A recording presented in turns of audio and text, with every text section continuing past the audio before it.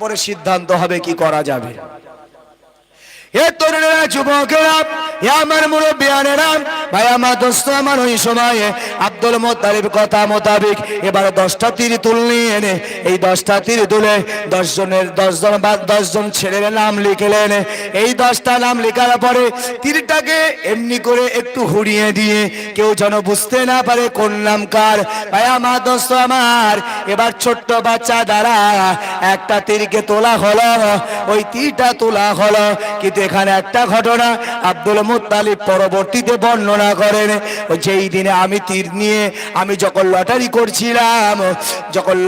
করছিলাম আর আমি মনে মনে আল্লাহর দরবারে চাইছিলাম, হে আমার রব, হে আমার মালিক আল্লাহ, আপনার দরবারে দোয়া চাই আল্লাহ, আমার 10টা সন্তান আল্লাহ, আপনি যদি 9টা সন্তান, এই 9টি সন্তানের নাম যদি একত্রিত তোলেন, আমি 9টা সন্তানকে কুরবানি করব।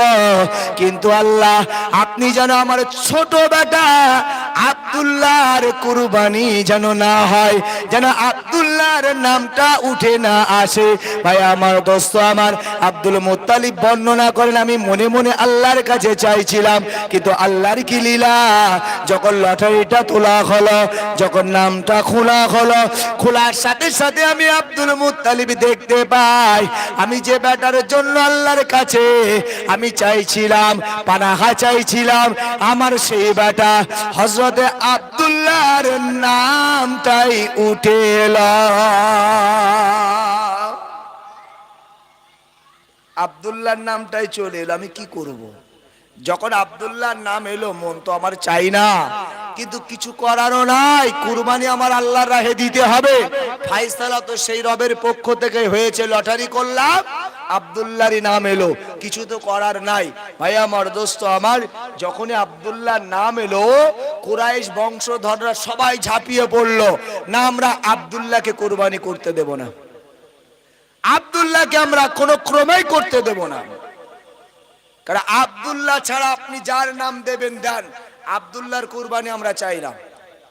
ভাই আমার দোস্ত আমার, মহিলারা এত রেগে গেলেন, আব্দুল মুত্তালিবের সাথে যেন তারা জিহাদ করছেন। আব্দুল মুত্তালিব বলছে, আমি কোনো কথাই শুনবো না, আমি সিদ্ধান্ত নিয়েছি কুরবানি করব, নাম এসেছে আব্দুল্লাহর, ফায়সালাও আমি আব্দুল্লাহকে কুরবানি করব।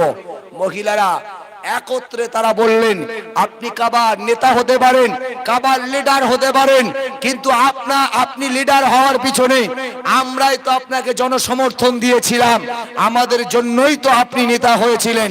ভাই আমার দোস্ত আমার, তারা বললেন নেতা, যেমন বাংলাদেশে হাসিনাকে নেতা করেছিল সবাই, আবার সবাই কিন্তু নড়িয়েও দিয়েছে। ভাই আমার দোস্ত আমার, দেশের নেতা যেই হন না কেন, গ্রামের এলাকার এমপি এমএলএ যেই হন না কেন, আবার পারেই এই জনতা তাকে নামাতে। কথা ঠিক না ভুল? বলছে, হে আব্দুল মুত্তালিব, আমরাই জনমত আপনাকে নেতার চেয়ারে বসিয়েছি, তবে আমরাই কিন্তু আপনাকে আবার নামাতে পারি। মনে রাখবেন, আপনি নিজ সিদ্ধান্ত নিতে পারেন না। আজ আপনি আপনার বেটাকে এখানে কুরবানি করবেন, আর এটা রেওয়াজ হয়ে যাবে সমাজের। সমস্ত মক্কার মানুষেরা তারা নিজ নিজ সন্তান কুরবানির মান্যত করবে, তারাই কাবার সম্মুখে রেখেই তাদের নিজ নিজ সন্তানকে একটা সময় কুরবানি করবে। এটা রেওয়াজ তৈরি হয়ে যাবে। আপনি নেতা করেছেন, আপনার প্রজারা করবে।